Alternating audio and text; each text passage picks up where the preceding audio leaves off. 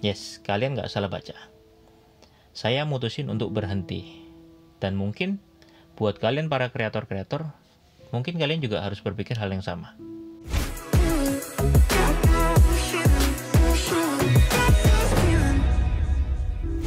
Oke, jadi sebelum saya melanjutkan, mungkin saya bisa ceritakan beberapa alasan kenapa saya memutuskan untuk berhenti. Jadi, yang pertama, seperti yang kita semua tahu, kita semua lagi berada di kondisi yang tidak baik. Kita semua berada di kondisi yang buruk gara-gara pandemi ini, gara-gara COVID-19 ini. Dan melalui itu, saya melihat banyak sekali kejadian-kejadian yang nggak enak. Jadi salah satunya adalah saya melihat banyak berita duka. Hampir setiap hari, sekarang saya kalau melihat di sosial media ataupun di WhatsApp, cukup banyak dari orang-orang yang saya kenal itu bahkan meninggal, bahkan sakit berat.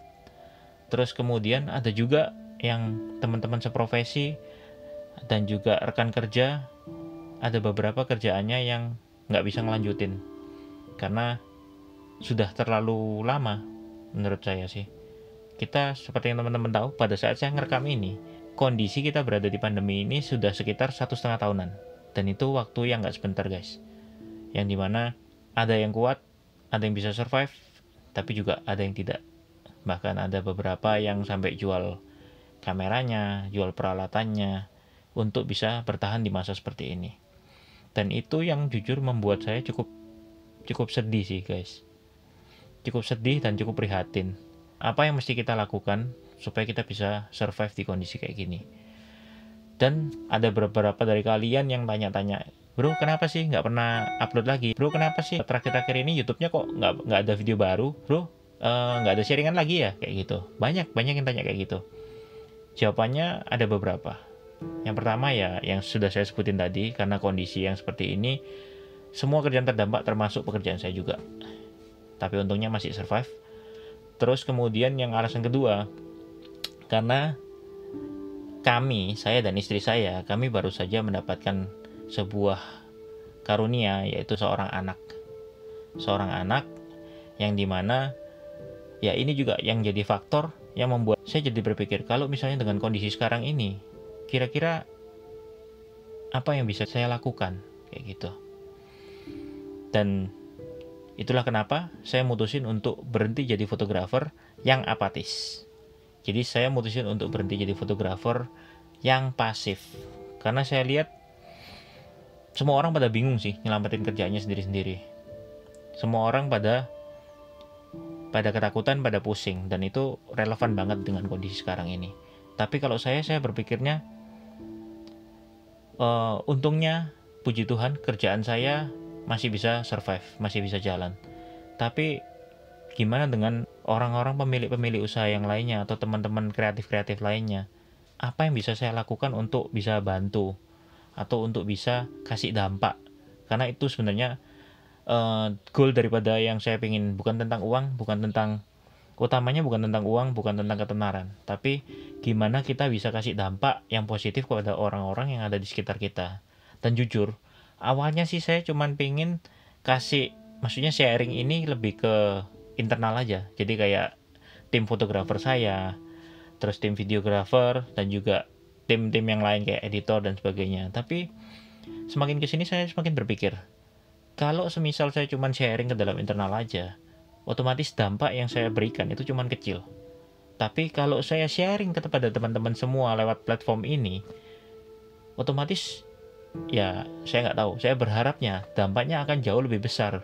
Dan juga saya lihat di platform-platform yang saya ikutin, jadi kayak sosial media di YouTube, di Instagram dan sebagainya, itu memang banyak fotografer yang sharing, tapi kebanyakan orang-orang itu sharingnya mengenai tentang gimana ningkatin skillmu, gimana ningkatin teknik editingmu, gimana ningkatin teknik untuk fotografimu dan sebagainya. Tapi saya jarang nemuin ada YouTuber atau ada orang-orang yang lebih fokus sharing tentang gimana caranya building your business, gimana caranya building your team, gimana caranya kita bisa survive di kondisi yang susah, atau bahkan mungkin bisa ngambil peluang di tengah masa-masa susah.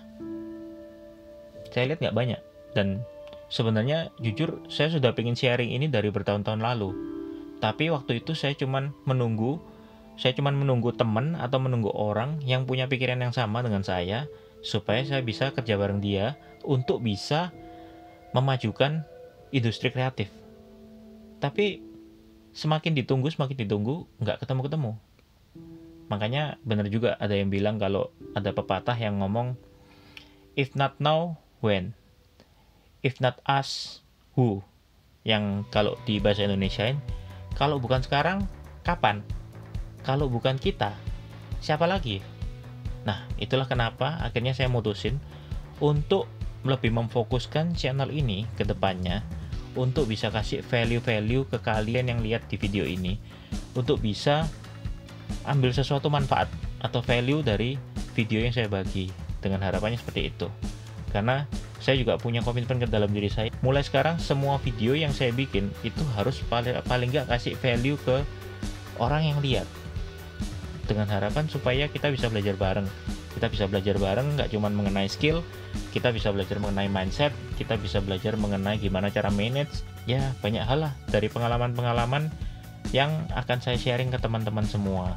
Karena jujur, kalau dari yang saya pelajarin selama saya berkarya kurang lebih 10 tahun ya di industri kreatif ini, ya menurut saya itu bukan waktu yang cukup lama, tapi juga bukan waktu yang sebentar.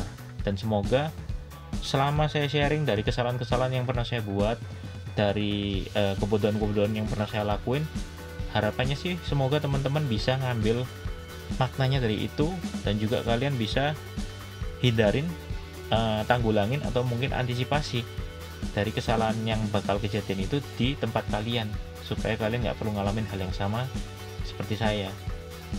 Itu aja sih sebenarnya yang saya ingin lakuin. Ya, semoga dengan channel ini bisa bantu teman-teman juga, dan harapan saya teman-teman juga bisa, terutama di Indonesia ya, karena saya punya mimpi saya bisa memberikan dampak yang cukup signifikan terhadap industri kreatif di Indonesia. Karena saya lihat sayang banget, Indonesia ini talentnya itu banyak banget ya, dari segi mindset, dari segi skill, dari segala sisi itu orang kreatifnya tuh gila, bagus-bagus banget, dan kualitasnya itu nggak kalah dengan luar negeri. Cuman belum rata kalau menurut saya, dan nggak banyak yang mau sharing, sayangnya. Jadi ya mungkin dimulai dari diri sendiri aja lah, untuk bisa sharing dan bisa, dengan harapan bisa majuin industri kreatif di Indonesia. Buat teman-teman yang mungkin nggak ada komunitas, ada tinggalnya di kota kecil atau luar pulau atau di pelosok, itu mungkin kalau paling nggak dengan kalian punya jaringan internet, kita bisa belajar bareng, kita bisa upgrade diri kita bareng-bareng, dan kita bisa ningkatin kualitas dari segi industri kreatif di Indonesia. Oke, see you at the next video guys.